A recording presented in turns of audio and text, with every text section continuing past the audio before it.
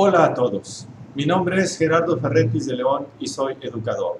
Esta es la lectura de la obra de René Descartes titulada El discurso del método. Segunda parte. Si desea usted tener una copia de lo que aquí se lee, la puede solicitar en forma gratuita a gerardo-ferretis@hotmail.com. Los videos subsecuentes sobre este libro y de otros libros que se harán posteriormente se hacen sin fines de lucro, con el objeto de contribuir al estudio, a la investigación y al desarrollo de la cultura en general. Saludo a mis amigos y amigas educadores de todo el mundo, en especial a mis compañeros mexicanos, colombianos, chilenos, españoles, hondureños, argentinos, italianos y peruanos, de quienes tengo constancia que están viendo este material que es producido con amor y humildad. Solicito disculpas anticipadas por los errores de lectura que pudieran cometerse en este proyecto de apoyo a la educación. Espero sinceramente que les sea de utilidad. Tampico, Tamaulipas, México, a 18 de septiembre de 2013. Segunda parte del discurso del método de René Descartes.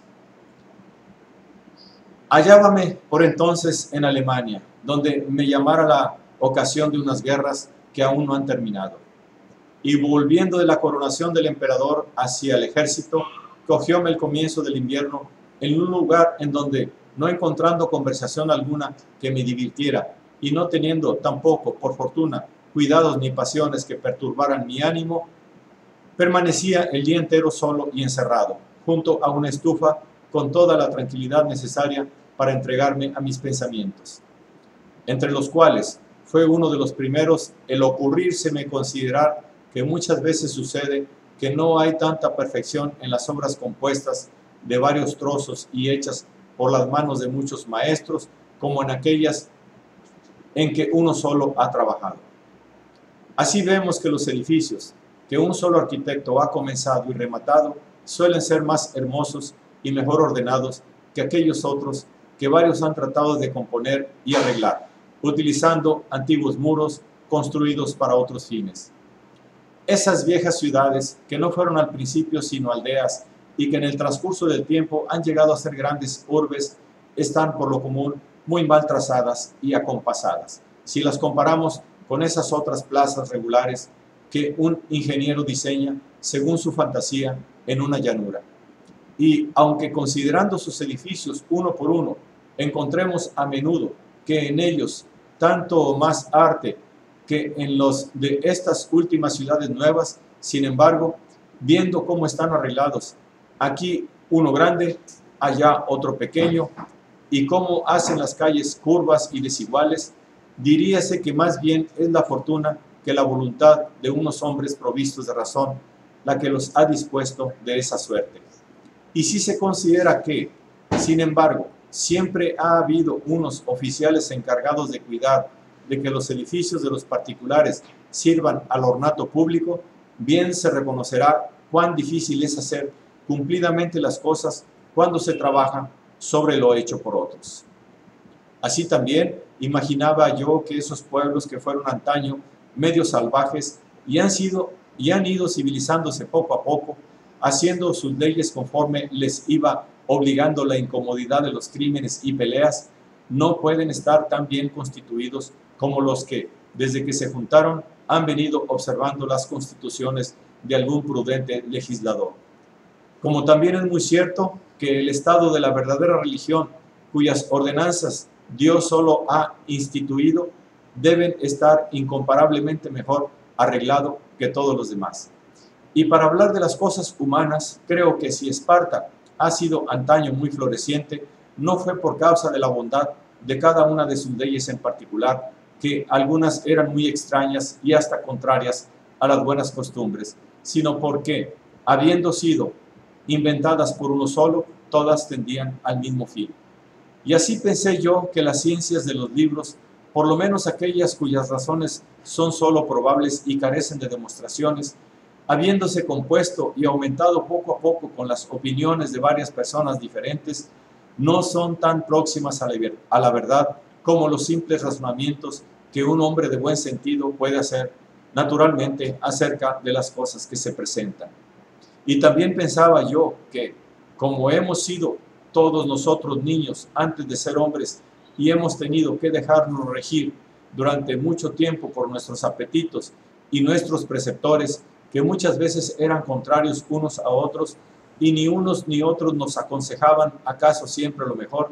es casi imposible que sean nuestros juicios tan puros y tan sólidos como lo fueran si, desde el momento de nacer, tuviéramos el uso pleno de nuestra razón y no hubiéramos sido nunca dirigidos más que por esta. Verdad es que no vemos que se derriben todas las casas de una ciudad con el único propósito de reconstruirlas de otra manera y de hacer más hermosas las calles. Pero vemos que muchos particulares mandan echar abajo sus viviendas para reedificarlas y muchas veces son forzados a ello cuando los edificios están en peligro de caerse por no ser ya muy firmes los cimientos. Ante cuyo ejemplo llegué a persuadirme de que no sería en verdad sensato que un particular se propusiera reformar un Estado cambiándolo todo desde los cimientos y derribándolo para enderezarlo, ni aun siquiera reformar el cuerpo de las ciencias o el orden establecido en las escuelas para su enseñanza,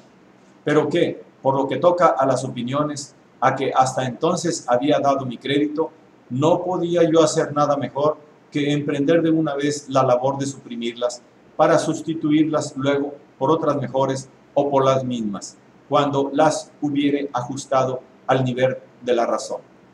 Y tuve firmemente por cierto que, por este medio, conseguiría dirigir mi vida mucho mejor que si me contentase con edificar sobre cimientos viejos y me apoyase solamente en los principios que había aprendido siendo joven, sin haber examinado nunca si eran o no verdaderos.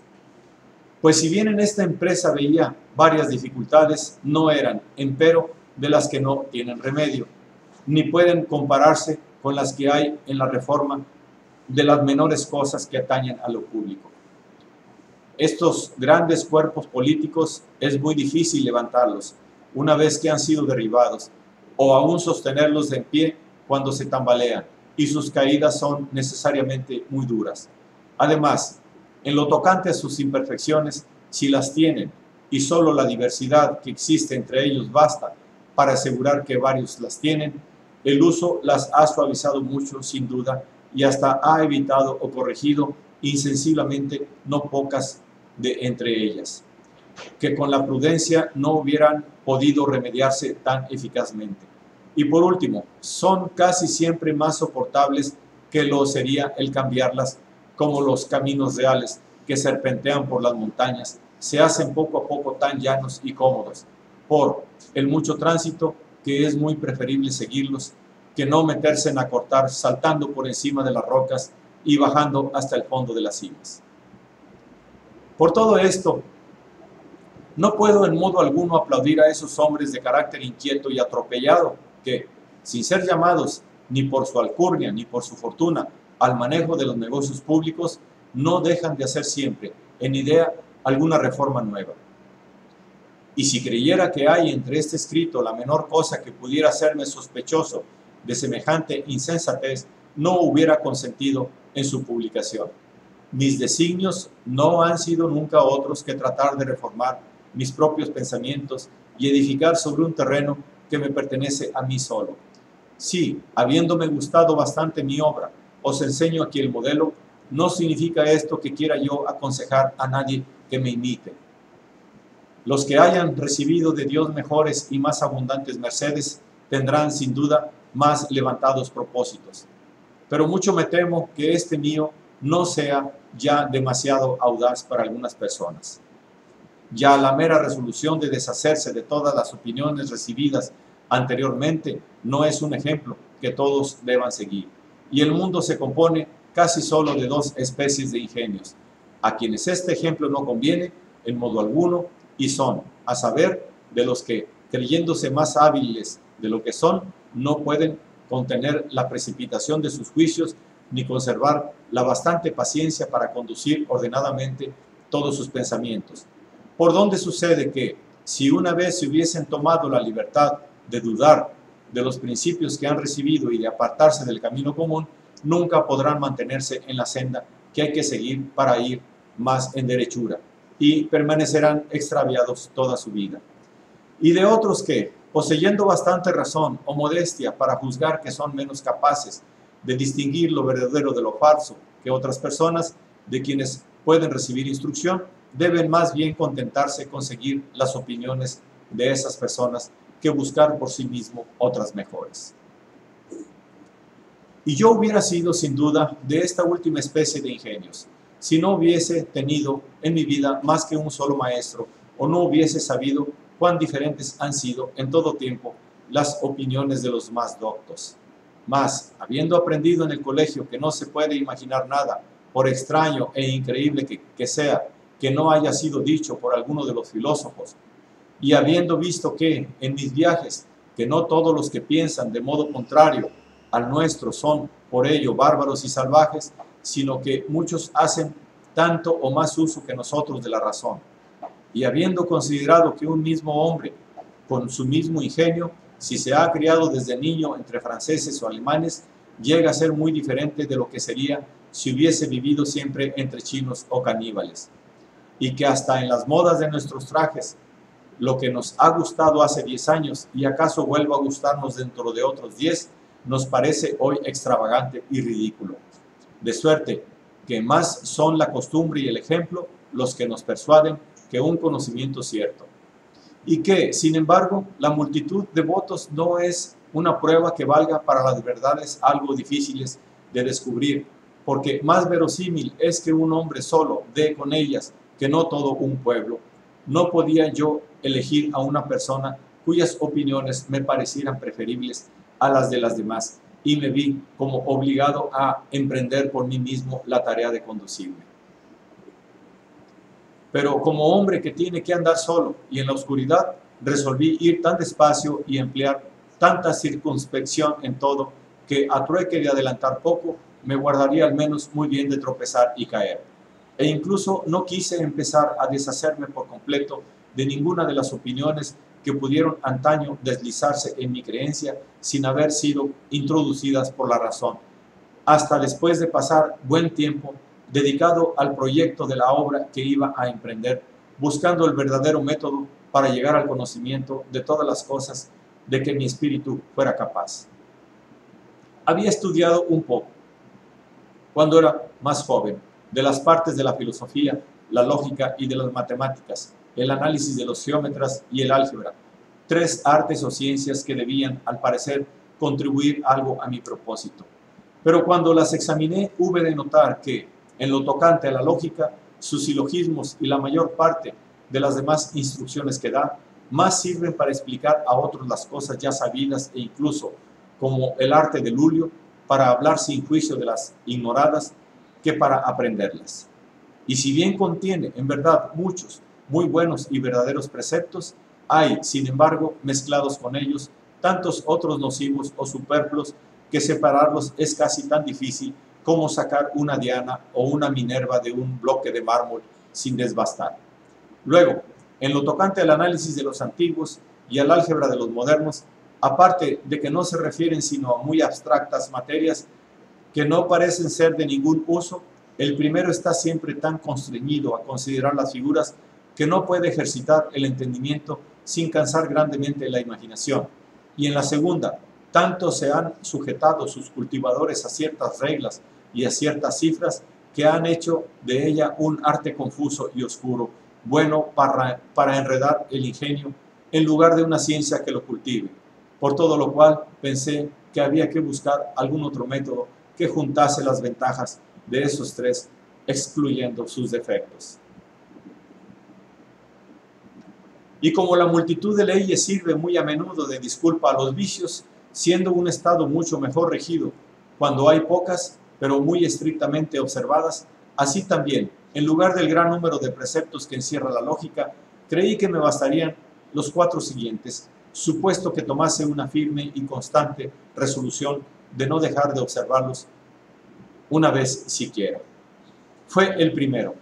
no admitir como verdadera cosa alguna que no supiese con evidencia que lo es decir, evitar cuidadosamente la precipitación y la prevención, y no comprender en mis juicios nada más que lo que se presentase tan clara y distintamente a mi espíritu que no hubiese ninguna ocasión de ponerlo en duda. El segundo, dividir cada una de las dificultades, que examinare en cuantas partes fuese posible y en cuantas requiriese su mejor solución. El tercero, conducir ordenadamente mis pensamientos, empezando por los objetos más simples y más fáciles de conocer, para ir ascendiendo poco a poco, gradualmente, hasta el conocimiento de los más compuestos e incluso suponiendo un orden entre los que no se preceden naturalmente. Y lo último, hacer en todo unos recuentos tan integrales y unas revisiones tan generales que llegase a estar seguro de no omitir nada. Esas largas series de trabadas razones muy simples y fáciles que los geómetras acostumbran emplear para llegar a sus más difíciles demostraciones habíanme dado ocasión de imaginar que todas las cosas de que el hombre puede adquirir conocimiento se siguen unas a otras en igual manera y que, con solo abstenerse de admitir como verdadera una que no lo sea y guardar siempre el orden necesario para deducirlas unas de otras, no puede haber ninguna, por lejos que se halle situada o por oculta que esté, que no se llegue a alcanzar y descubrir. Y no me cansé mucho en buscar por cuáles era preciso comenzar, pues ya sabía que por las más simples y fáciles de conocer. Y considerando que, entre todos los que hasta ahora han investigado la verdad en las ciencias, solo los matemáticos han podido encontrar algunas demostraciones, esto es, algunas razones ciertas y evidentes, no dudaba en que debía de empezar por las mismas que ellos han examinado, aun cuando no esperaba sacar de allí ninguna utilidad, sino acostumbrar mi espíritu a saciarse de verdades y a no contentarse con falsas razones. Mas no por eso concebí el propósito de procurar aprender todas las ciencias particulares denominadas comúnmente matemáticas, y viendo que, aunque sus objetos son diferentes, todas, sin embargo, coinciden en que no consideran sino las varias relaciones o proporciones que se encuentran en los tales objetos, pensé que más valía limitarse a examinar esas proporciones en general, suponiéndolas solo en aquellos asuntos que sirviesen para hacerme más fácil su conocimiento y hasta no sujetándolas a ellos de ninguna manera para poder después aplicarlas tanto más libremente a todos los demás a que pudieran convenir. Luego advertí que para conocerlas tendría a veces necesidad de considerar cada una de ellas en particular y otras veces tan solo retener o comprender varias juntas, y pensé que para considerarlas mejor en particular debía suponerlas en líneas porque no encontraba nada más simple y que más distintamente pudiera yo representar a mi imaginación y mis sentidos, pero que para retener o comprender varias juntas era necesario que las explicase en algunas cifras, las más cortas que fuera posible, y que por este medio tomaba lo mejor que hay en el análisis geométrico y en el álgebra, y corregía así todos los defectos de una por el otro. Y efectivamente, me atrevo a decir que la exacta observación de los pocos preceptos por mí elegidos me dio tanta facilidad para desenmarañar todas las cuestiones de que tratan esas dos ciencias, que en 2 o 3 meses que empleé en examinarlas, habiendo comenzado por las más simples y generales, y siendo cada verdad que encontraba una regla que me servía luego para encontrar otras, no solo conseguí resolver varias cuestiones que antes había considerado como muy difíciles, sino que hasta me pareció también hacia el final que, incluso en las que ignoraba, podría determinar por qué medios y hasta dónde era posible resolverlas. En lo cual acaso no me acusaréis de excesiva vanidad si consideráis que, supuesto que no hay sino una verdad en cada cosa, el que la encuentra sabe todo lo que se puede saber de ella, y que, por ejemplo, un niño que sabe aritmética y hace una suma conforme a las reglas puede estar seguro de haber hallado, acerca de la suma que examinaba, todo cuanto el humano ingenio puede hallar, porque al fin y al cabo el método que enseña a seguir el orden verdadero y a recontar exactamente las circunstancias, todas de lo que se busca, contiene todo lo que confiere certidumbre a las reglas de la aritmética. Pero lo que más contento me daba en este método era que con él tenía la seguridad de emplear mi razón en todo, si no perfectamente, por lo menos lo mejor que fuera en mi poder, sin contar con que, aplicándolo, sentía que mi espíritu se iba acostumbrando poco a poco a concebir los objetos con mayor claridad y distinción, y que, no habiéndolo sujetado a ninguna materia particular, prometíame aplicarlo con igual fruto a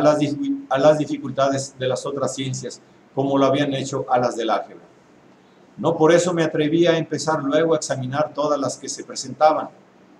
pues eso mismo fuera contrario al orden que el método prescribe. Pero habiendo advertido que los principios de las ciencias tenían que estar todos tomados de la filosofía, en la que aún no hallaba ninguno que fuera cierto, pensé que ante todo era preciso procurar establecer algunos de esta clase y, siendo esto la cosa más importante del mundo y en la que son más de temer la precipitación y la prevención,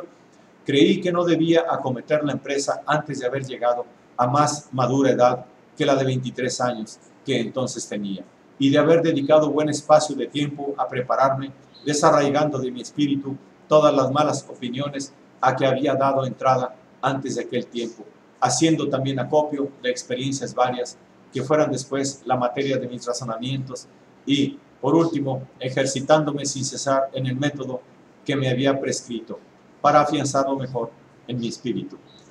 Termina la parte 2 del discurso del método de René Descartes.